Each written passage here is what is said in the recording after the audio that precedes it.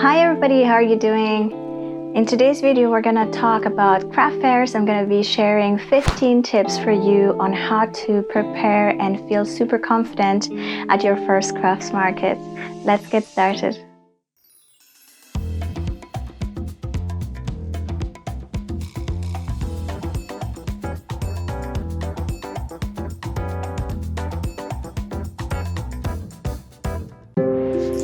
Tip number 1.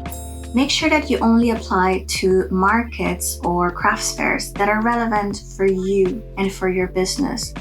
What I mean with that is some markets are designed for a specific group of audience. If that does not align with your products and what you're selling in your audience, that means that the probability of you selling well is lower. And it's just going to be a lot of time and preparation investment that is not going to yield the result that you're hoping for. So save yourself that trouble and apply to those markets that are relevant for you. One example that I can share that I had for myself was I went to a market that was focused on sustainability, and while I am a sustainable business, I put a lot of effort into procuring and using whether recycled materials that are maybe biocompostable, etc. My core is art. How do you sell to somebody that buying an art print is a sustainable thing? Especially when compared to me, the people that were around me were creating new products out of recycled materials. At the same time, if you're not sure who your audience is, that's actually a great point to start to do markets and crafts fairs, because you can go and try out different ones and at the same time see who is the person that responds well to your product, so you can learn from that too. So use it depending on your business needs and the phase that you're currently at. So this past year, that's exactly what I have been doing since really last year, Christmas. I have tried various different local markets here in Dublin and Ireland, and I've tried different themes, different kind of sizes, different locations around Dublin, and it's been really interesting to see what people respond well to. What are the questions that people ask? Which of my artworks are people usually drawn to, etc. So it's also a great research tool. Tip number 2: choose the relevant products for the market. So this kind of goes hand in hand with the first one. If you know that you're going to a market that is going to be sustainability focused, bring your products that are sustainability focused. I'm, for example, going to be doing a market on fantasy. It's going to be a Comic-Con. So I'm going to bring my fantastical and imaginative artwork for that. I am not going to bring some of my other more like culturally heavy art prints, because they just don't match the audience. Also, another tip in terms of products, you want to select products that have a wide range of pricing. Bring some things that are small that people feel that they could just spend, the 5 euros, 10 euros, 20 euros, depending on what your pricing is, and that they can just, not feel too, it's not a big decision for them to make. Think about what grocery stores do when you're going to the checkout aisle and you have those small chocolate bars and gums and little candy and things like that. That's kind of a bit of the experience that you want to create with some of your products, like entry-level products. And for me, those are typically my greeting cards. So in Christmas, I always have Christmas cards. And for other markets, I have greeting cards that are maybe more like for birthdays or for like Valentine's, or like, showing affection, things like that. So that could be also something you do. Another thing to keep in mind about your products is to simplify them. You're going to have a limited amount of space to display the products, and the more different types of products you have, the more different types of display solutions you're going to need. And it's going to be busier for the eyes, and it's going to be difficult to transport. So simplify the products that you're bringing try to really bring it down to your best sellers, and not just the number of products should be simple, but also within each product, try to minimize.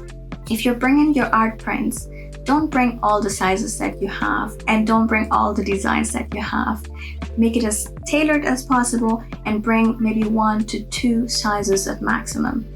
Same with any other crafts projects that you may have. So the idea of this point is to tailor your products for the audience, and also to simplify both for your audience to absorb what you're presenting, and also for yourself to have less of a hassle transporting and preparing everything as well. Tip number 3, pricing. Now, this is a tricky one, I think, for many. I already mentioned in the previous tip that you should have a bit of a range, so have some things that are smaller, easy for people to purchase without thinking too much, and then bring as well some of your those more valuable items that you also offer. Another great tip here is ask the organizers. Sometimes they're willing to share as well the price range. So I actually asked one of the organizers once, and they gave me the exact range that is an average, a typical average pricing for their market, because there's also differences between the markets that you might be going and applying to. Also, try to keep the prices easy and simple. Forget about decimal numbers. So, say 10 euros instead of 10.95. It makes your life simpler when you're calculating the prices on the spot. And also, it might just make things simpler for customers to calculate. So they might be looking at different things, and then looking at it's just a bit confusing. Another important thing about prices is do not undersell yourself. There might be tempting moments. I have been at markets where I've seen other traders sell their products at such low prices where I feel, how are you even making money out of that? How are you even making any profit? And we could go into a rabbit hole here and discuss various reasons for it. If you'd like me to, let me know in the comments, and I'd be happy to do another video. But just for the purpose of this one, it's all about being confident in your prices. So I recommend that you calculate really in beforehand. You've selected your products, now calculate how much they cost you to make in terms of labor, in terms of material, any packaging that you're using, any other costs that might be incurring. So there's special formulas that people recommend that you use, and then on top of that you add a margin as well.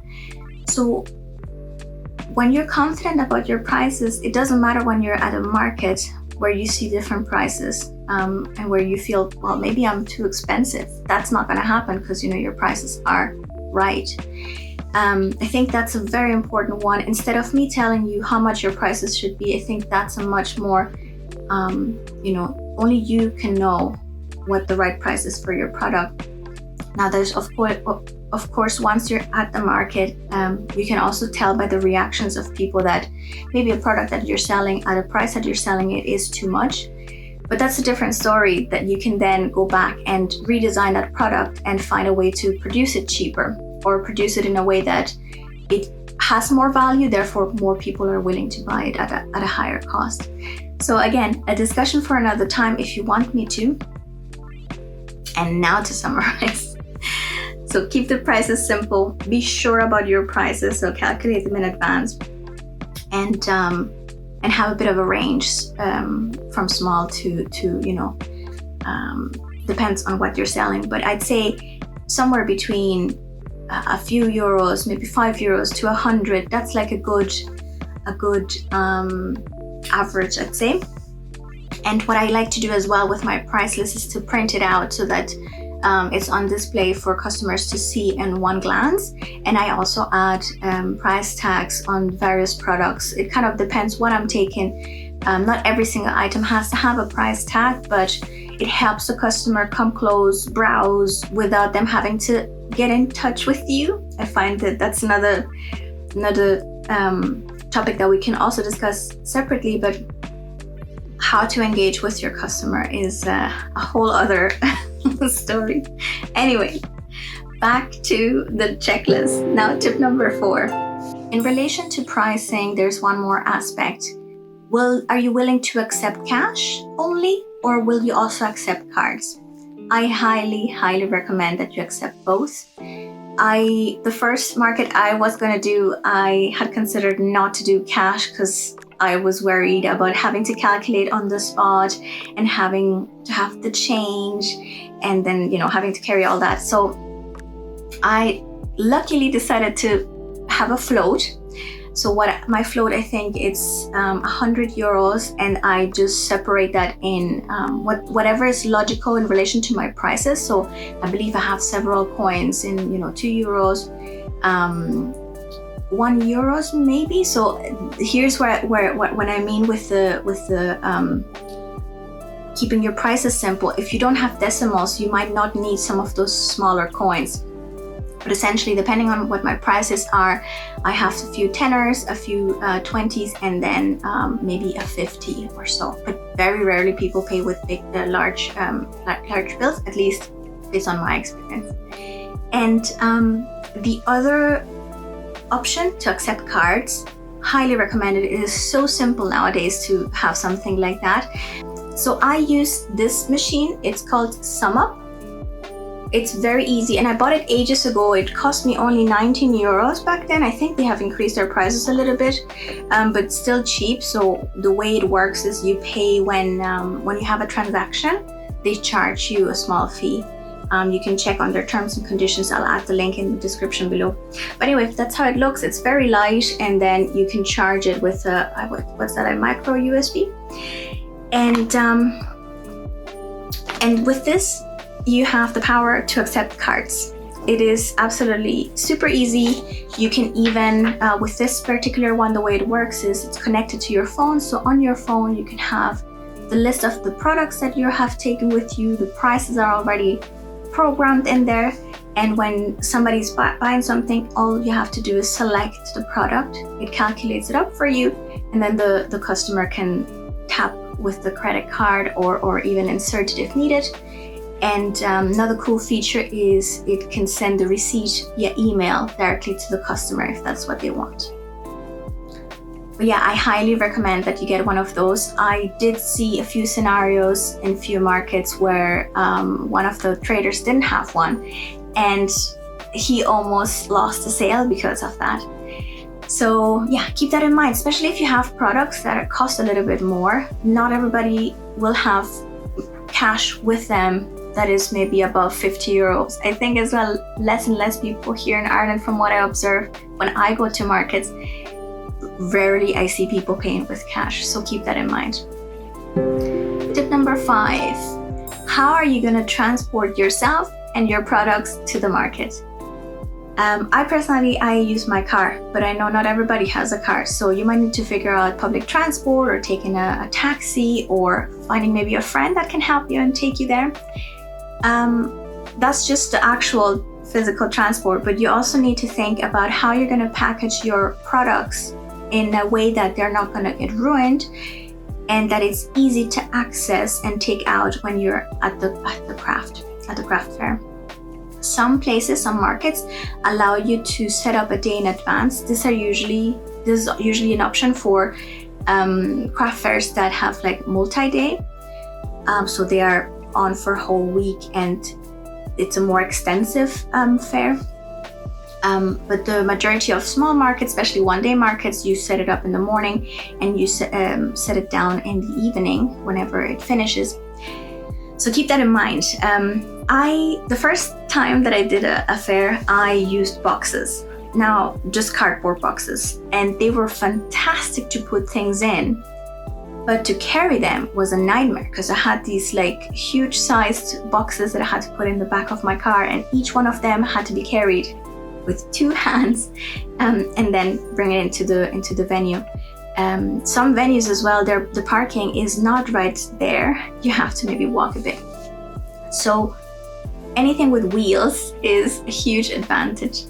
So since that one time, I have been using this really large luggage for me that works. I don't usually bring more products that wouldn't fit into this big, large travel luggage. I often bring a second small one, and that's where I might add some of the display items that I need, or like a mixture around that, and a backpack usually. So that's kind of like my setup. But think about it. Think about what you're bringing and how you're going to store it and how to make it accessible, not just when you're transporting it, but when you're in the market and you have your table. You might not have everything on display. You might need to be able to access something. Maybe you run out of the greeting cards, or one of your products ran out, so you need to grab a new, fresh one. You want to make sure that there's an easy way for you to do that without having to, disassemble a lot of things. Tip number 6. Now we're talking about the display. How are you going to display your products, your marketing materials, and everything else? This is, I'm not going to tell you exactly what to use, because I feel like, again, this could be a whole other video. If you want me to do tips on items to use for display, let me know. But I'm going to give you more general tips of what you need to think of. So what first thing is layer things. You want to use the whole space of the table that you have, or the tables, depending on how big it is, and segment them. Group the products that are the same type of products in one side. For example, I do sewing products and leather products in one corner, then I have my art prints in another one, and then I have my coloring books and notebooks, usually separate from all those. Then I want to sort of like raise the ones that are at the back. I want them to be a little bit higher, because if they were flat on the same level as the front ones, they might not be as visible. So by raising the ones at the back, I'm able to create like different tiers of views, of perspective, so that people can appreciate more of my products. So I highly recommend that you have some kind of raisers. Another thing that I feel people enjoy is to interact with the products.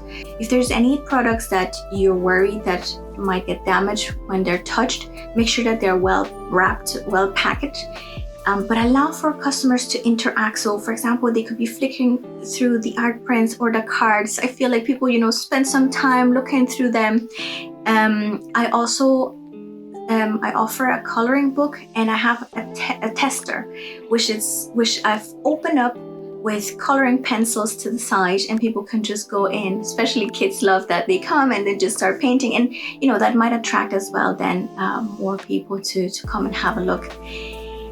So think about interactive things that you can do. Also think about the flow in the market, in the crafts fair. So if you're in a location and you're sort of like at the beginning, and people are coming from the right, you want to make sure that your display is sort of targeting them and not like oriented into the wrong direction. So you don't want them to see the back, you want them to see the front. Sometimes you cannot know which flow the crafts market will have, or the flow might be coming from both sides. But so make sure that you keep in mind that from all the angles that people might come, there's something that might be catching their attention, okay? Also consider lights, or especially this is for like outdoor markets. Sometimes here in Ireland, it's already getting really dark around 4 p.m. So if you're doing a market after that time, make sure that you have some sort of light. Vet it with the organizers. There can be some rules like open fires or candles and things like that are usually not accepted, because there's such a high risk of, burning something up or hurting somebody. But yeah, have a light with you, or even like decorative lights can be useful. A few things as well not to forget is a tablecloth or something to cover your table, not just in case the table isn't nice, but even if the table is nice, you might want to be hiding things underneath the table. Like what I do with my luggage, I put it under the table and then I can access things from there. But I don't want people to see the luggage. and it's a bright pink luggage too. So make sure that your tablecloth covers the whole thing up to the floor, and then you can hide sort of like the behind the scenes and look a lot more professional. If you're doing an outdoor market, you might also need to bring a gazebo, or like, you know, one of those pavilion kind of style pop-up market things.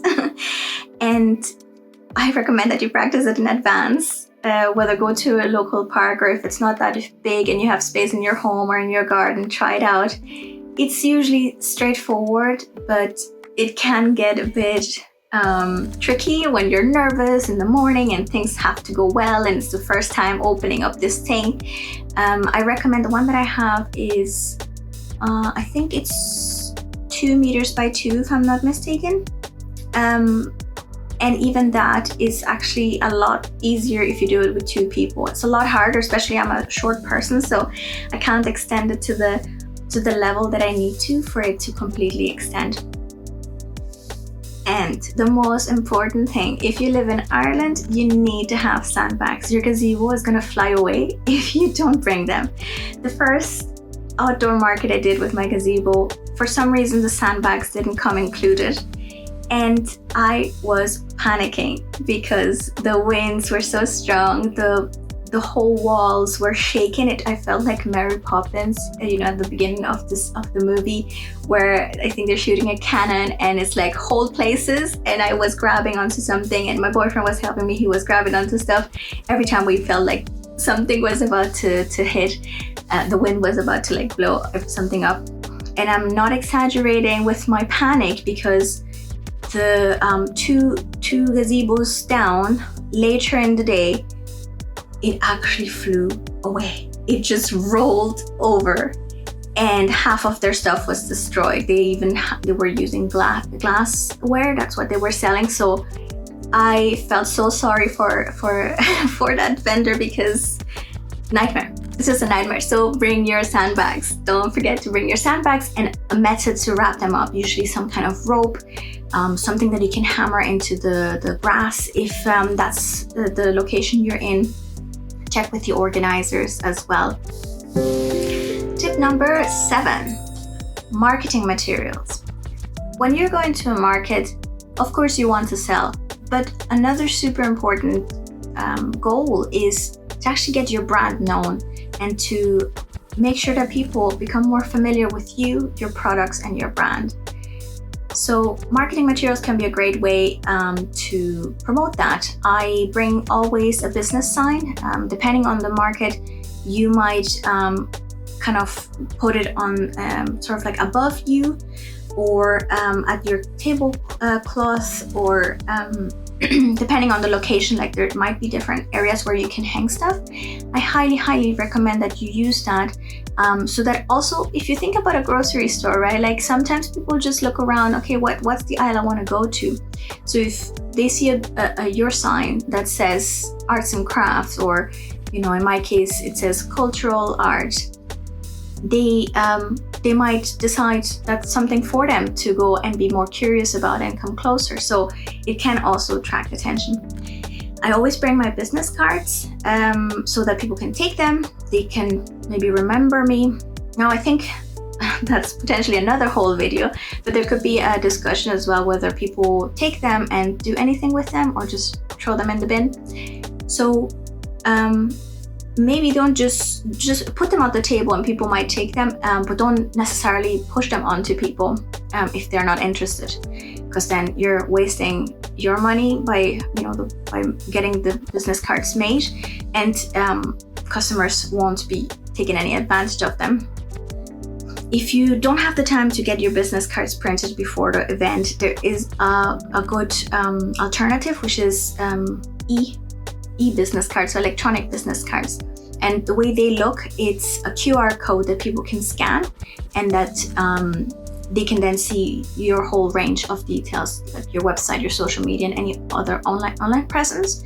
I have, there's a free account that I created with Hi Hello. I'll put the link in the description.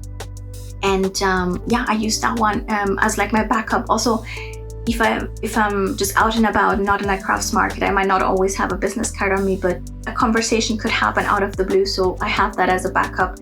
And yeah, I recommend that if you don't have business cards yet.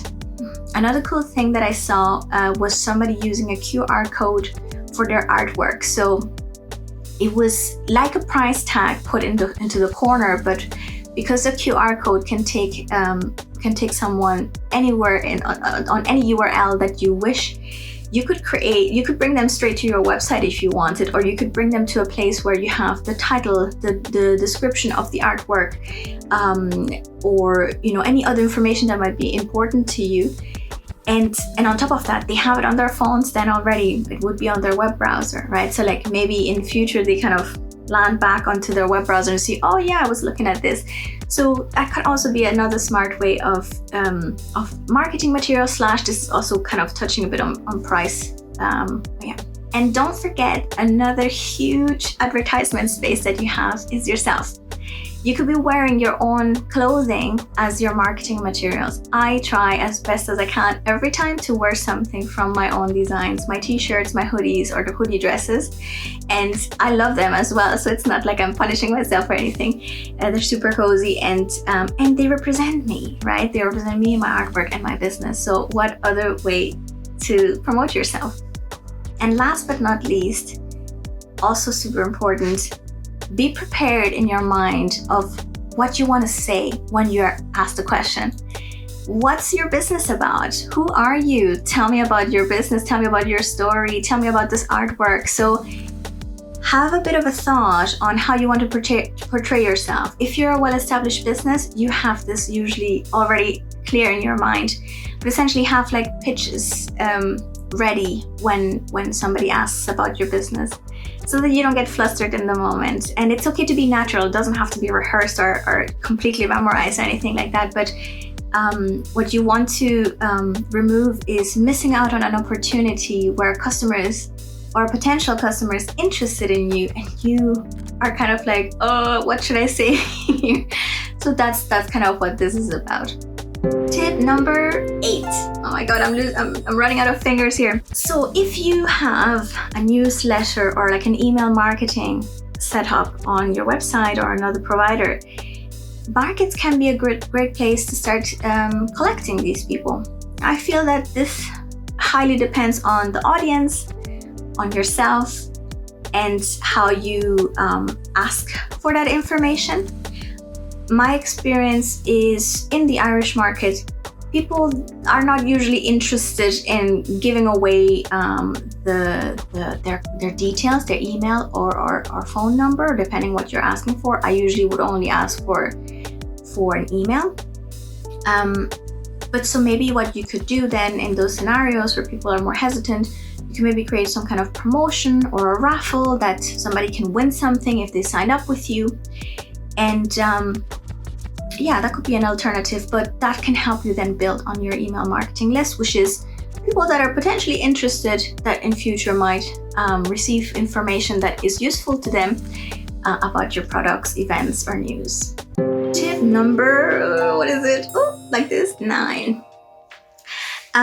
The promotion of the event. So this goes almost, I hope, without saying, but promote the event as much as you can on your website. I usually put it on the homepage. I have upcoming events, and I might add it to my blog. I might add it to my social media and Instagram, Facebook. And also if you have your Google My Business, I think they've been renamed, but essentially your Google search business account, there is a place there where you can also put up events. So if somebody might end up finding you through a Google search, they can see, oh, this person has an event. I might get to see them in person. I think this is especially important for businesses that are purely online, because people have no other way of interacting with you than through markets or these types of events. Tip number 10. I bring a few electronical devices with me when I'm in these markets. So always make sure to charge them the day before, like your phone and your SumUp. These are the most important ones, really. And if you have any lights that are battery or driven or something like that, also make sure that you replace them, or you make sure that they will last for the whole event. And as a backup, just to feel safer, I have not had to use it yet once. I bring a battery with me so that in case something is running low, I can charge it on the day. Tip 11. If you want to be cost efficient, remember to bring some food and something to drink. Don't forget to bring water for sure, even if you're not trying to save money. But bring something to eat and drink. Depending on the weather as well, you might want something warmer. I've been at one market in Dublin, and this is in Bray, and it is kind of indoors, but with big gates that don't have doors. So the air was flowing through it, and it was quite cold. Especially imagine like you're standing there for a few hours or sitting for a few hours, and you're not moving much essentially. So maybe bring something to cozy up, a warm jacket, and of course if it's the other way around, if it's really hot, make sure that you have refreshments and you can keep yourself cooled.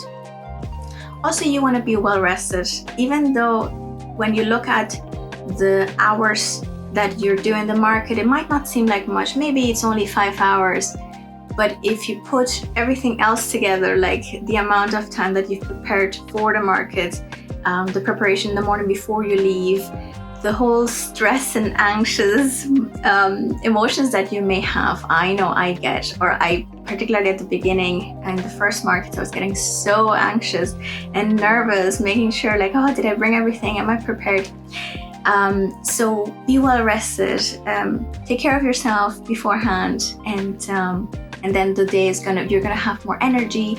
You're gonna be more, up in terms of your energy, and be able to engage a lot better with your customers. Tip number 12: entertain yourself. Some markets, unfortunately, don't get the footfall, I think it's what it's called. So the numbers of people are maybe low. It might be the time in the year where there's not as many people interested, so it might just be a slow market. It is unfortunate, but it happens. Might not have been advertised enough by the organizers or yourself, or as I said, it could just be the time in the year. Just sometimes it just happens. It's hard to always know these things in advance. But entertain yourself. So bring something with you that you can enjoy. So instead of just waiting for, if let's say the market is 5 hours, instead of just sitting there and doing nothing, or being on your phone. So being on your phone for too much, it looks a bit disengaged when you're in a market. So people might not want to come close. Test this out. This might be different market by market and person by person. But what I do is I bring something to draw. I created the sketch for this one in 2 different markets together. So, you can be productive as well. And I lose myself when I'm drawing. So time passes by completely differently, and I enjoy myself. So bring something to entertain yourself. Tip 13, bring a notebook or something where you can write in notes. Why is this important? I am terrible with names, maybe you are too. And sometimes I meet people, whether it is other people that are trading, organizers, or the customers, and I forget their names. So I can write things down and kind of remind myself of whom I've just met, especially because you're not gonna meet just one person. There's gonna be quite a lot of people that are coming in and out. But it might just be other reasons. You might meet someone that you want to connect with after, or you have maybe somebody asked you a question that you didn't have an answer to, or that you didn't have a product for. So you might want to write that down so that you remember, I should be creating these products. This is what people are looking for. So it's a good thing to just bring a notebook. You can of course also use your phone, but as I mentioned in the previous tip, sometimes being on the phone too much can alienate people. So that's a bit up to you, but yeah, that's another tip. Tip 14, connect with other traders. It's such a good time. That's actually one of my favorite things to do, to see the reactions of people when they're coming close to my table, seeing how their faces light up, but also when I meet with other traders and vendors, It's just nice to see others with similar dreams, similar ambitions. We all are at different phases of our career, of our business, so we can learn from each other. We can share tips and tricks. I have learned loads of things through these markets and connecting with others. And yeah, it's like, it's like your network, your support group as well in another way. So don't miss that opportunity of going around and chatting with others. And finally, the last tip, number 15, take a rest after your market. Block the day after, if you can, off so that you can actually rest physically, but also mentally. It's, as I was mentioning earlier, it's not just about the actual day, but it's the whole build up to the day, the whole manufacturing that you might have to do the days before, etc. So make sure that you take care of yourself and that you take some rest and that you celebrate, that you enjoy, that you applaud yourself for having done it, for having, taking the chance, the opportunity to apply to this and to actually complete it. So these were my 15 tips on how to prepare for a crafts fair. I hope this was useful. If you have any questions, feel free to drop them in the comments. If you want me to elaborate on any of the subjects that I have covered today, also feel free to let me know, and I'd be happy to make more videos along these lines. I wish you the absolute best of luck on craft fairs, and if you have any tips that I've missed, also make sure to share them with this community, and I'll see you in the next video. Bye!